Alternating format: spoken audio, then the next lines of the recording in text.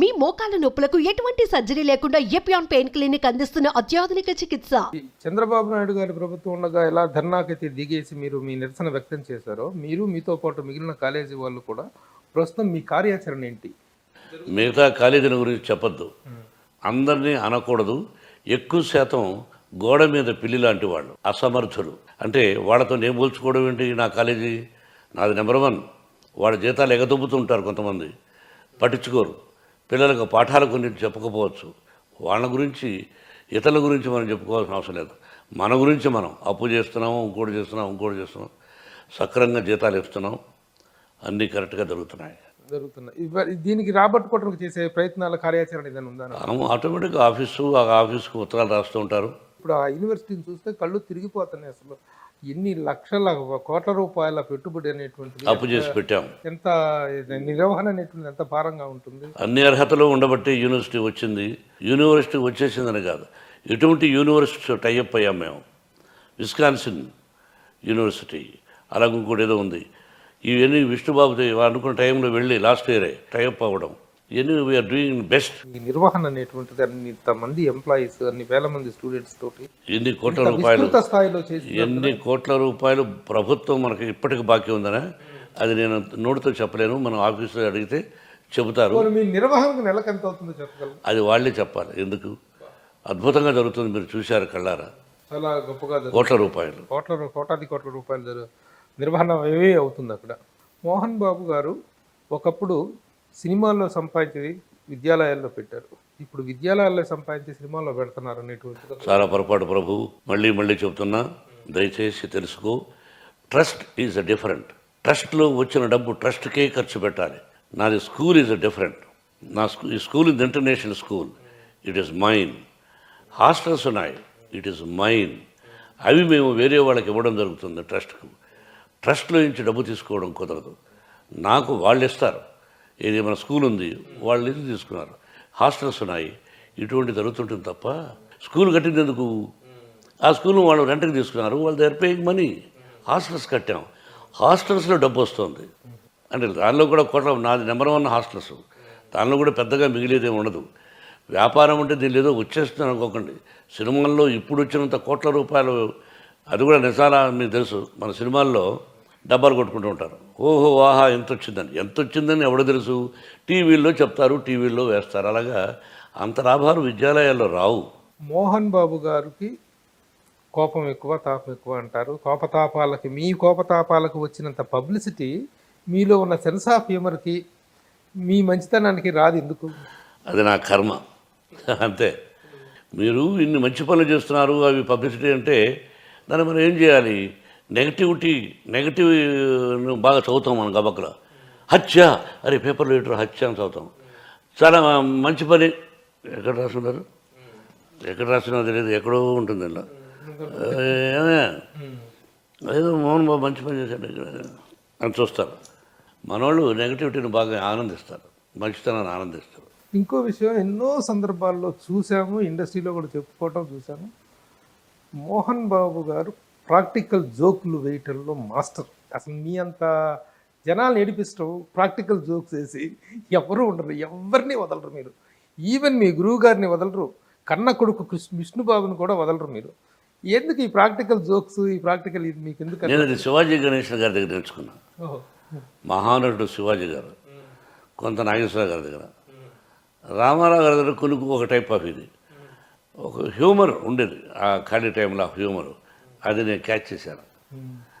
పిల్లలతో సరదాగా ఉండాలి, ప్రేమించాలి, వాళ్ళకి చాలా హృదయాన్ని హక్కును చేర్చుకోవాలి, అలాగే కఠినంగానూ ఉండాలి. అట్లాగే మోహన్ బాబు వివాదాలు, పరస్పర పూరకాలు, పరస్పర ప్రేరకాలు, పర్యాయ పదాలు అనేటువంటి అభిప్రాయం ఒకటి ఉంది. దాన్ని మనం ఇప్పుడు కొత్తగా చెరిపేయడానికి ప్రయత్నించి కూడా ఏం ప్రయోజనం లేదు. ఎందుకు జరపాలి?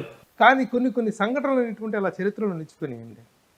వాటికి కొంత వివరణ కానీ, కొంత వాటి జరిగింది ఏమిటి అనేటువంటి చెప్పాల్సినటువంటి అవసరం, చెప్తే బాగుంటుంది ఒక అనేటువంటి. వజ్రోత్సవాల సమయంలో మీకు చిరంజీవి గారికి మధ్య ఒక వివాదం జరిగింది అనేటువంటిది, అది ఇప్పటికీ సోషల్ మీడియాలో విపరీతంగా నానుతూ ఉంటుంది. సోషల్ మీడియాలో వస్తూ ఉంటాయి చాలా నిజాలేంటి, అసత్యాలేంటి. ఎప్పుడూ జరిగిపోయిన దాని గురించి ఇప్పుడు హ్యాపీగా ఉన్నాం, ఎందుకు అది కొన్ని కొన్ని సందర్భాల్లో అన్నదమ్ముల మధ్య, స్నేహితుల మధ్య, ఆత్మీయుల మధ్య చిన్న మాట జరుగుతూ ఉంటాయి. భారత భాగవత రామాయణం చూసావు కాబట్టి అది నథింగ్. ఆ విషయాలు వద్దు, వేరే విషయాలు ఏదైనా ఉంటుందన్నమాట. అలాగే మూవీ ఆర్టిస్ట్ అసోసియేషన్ ఎలక్షన్స్ సమయంలో కూడా మీకు చిరంజీవి గారికి మధ్య ఒక అన్ప్లెజెంట్ వాతావరణం ఏర్పడింది అనేటువంటిది మూవీ ఆర్టిస్ట్ అసోసియేషన్ ఎలక్షన్స్ ఒక చరిత్ర.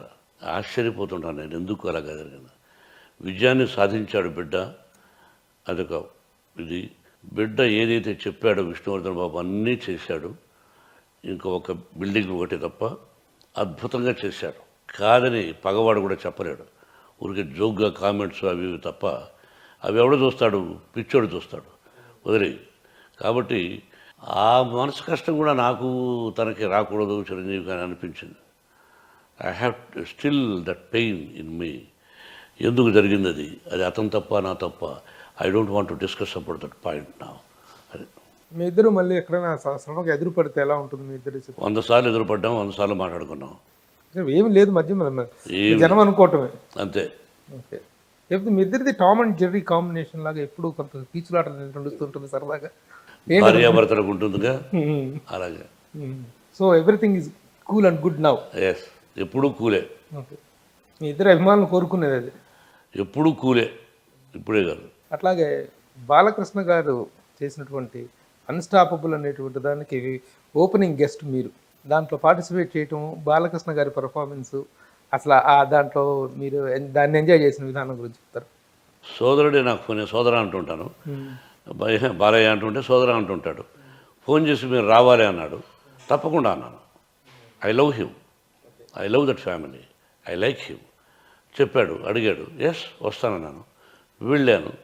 చాలా హ్యూమర్గా సరదాగా జరిగింది. కేవలం బాలకృష్ణ కోసమే వెళ్ళాను. తను ప్రజెంట్ చేస్తున్న విధానానికి తన పర్సనల్ దీనికి చాలా డిఫరెన్స్ కనిపిస్తుంది కదా. అవును. ఎలా అనిపించింది మీకు చూసిన? Feeling very happy. I felt very happy. Me family విషయాలకు వద్దాం. అందరూ మేకప్ వేసుకున్నట్టు ఆర్టిస్టులే. మీరు, Vishnubabu, Manoj and Manchu Lakshmi, how you feel about this?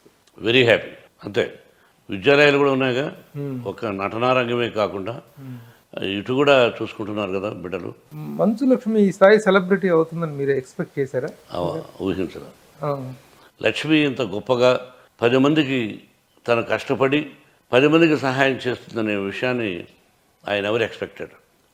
తను ఎన్నెన్నో కార్యక్రమాలు చేస్తూ ఆ డబ్బును పేద విద్యార్థులకు చాలా చోట్ల తను చేస్తున్న విధానాన్ని చూసి, ఎందుకమ్మా ఇంత కష్టపడతావు, ప్రభుత్వాలు చూసుకుంటాయి, నువ్వు నీ బిడ్డ ఏదో కాస్త కోస్త సంపాదించిన 10 రూపాయలు దానం చేయగాని ఈ ఎన్ని అసలు పెట్టి ఆ డబ్బు ఈ డబ్బు, నువ్వు ఇంటి దగ్గర జనం ప్రతిసారి నేను వెళ్ళినప్పుడు ఆ ఇంటి దగ్గర అమ్మ నేను మా కష్టాల్లో ఉన్నాం, తను ఏదో కాస్త నువ్వు సంపాదించేదే తక్కువ, దానిలో ఇచ్చేస్తుంటావు. ఎందుకు? నీకు ప్రజల కష్ట సుఖాలు తెలుసుకోవాల్సిన వాళ్ళు ప్రభుత్వం, ఆ ప్రభుత్వం చూసుకుంటుంది, నీకు ఎందుకు చెప్పు అంటే ఆ తెలంగాణలో ఎక్కడెక్కడో పోయి బిల్డింగ్లు కట్టించింది.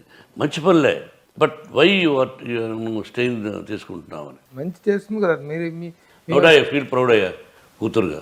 విష్ణు విషయంలో మీ ఎస్టిమేషన్స్ ఏంటి? తను ఇప్పుడు గురవుతున్న విధానం ఎలా అనిపిస్తుంది? నా దృష్టిలో ప్రభు, నా పిల్లలు ఎలా ఎలా ఎలా అని చెప్పుకోకూడదు. భగవంతుని ఆశీస్సులు, ప్రజల ఆశీస్సులు నా బిడ్డలకు ఉండాలి అని చెప్పుకోవాలి తప్ప ఎలా చేసేస్తున్నాము అలా చేసేస్తున్నాము చెప్పకూడదు. చెప్పడానికి నేను ఇష్టపడడం లేదు. They are very good, that's all. Administration, schools administrations, విద్యాలయాల అడ్మినిస్ట్రేషన్ వెరీ గుడ్. విష్ణు చాలా కేపబుల్ అని తెలిసింది. మనోజ్ ఆల్సో వాడి దృష్టిలో వాడు కేపబుల్. తను ఏం చేస్తున్నాడు? తను మనోజ్ ప్రధానమైన యాక్టివిటీ ఏంటండి? Manoj is doing now 3 or 4 pictures. ఇప్పుడే కొత్త పెళ్ళి కొడుకు అయ్యాడు కదా. Vishnu is pro chancellor. అతను దాదాపు 10-12 years నుంచి విష్ణు చూసుకుంటాడు విద్యాలయాలు. మనోజ్ వద్దనుకున్నాడు. రేపు చూపించొచ్చేమో ఇంట్రెస్ట్. మొన్న మనోజ్ మ్యారేజ్ విషయంలో మీరు ఎందుకు అంత ఎమోషనల్ అవుట్ బర్స్ట్ అయ్యారు? ఎవరైనా అవుతాం కదా, ఏదైనా కొన్ని కానీ మీరు కొన్ని సందర్భాల్లో చాలా చిన్నపిల్లల్లాగా ఏడ్ చేస్తారు ఎందుకు?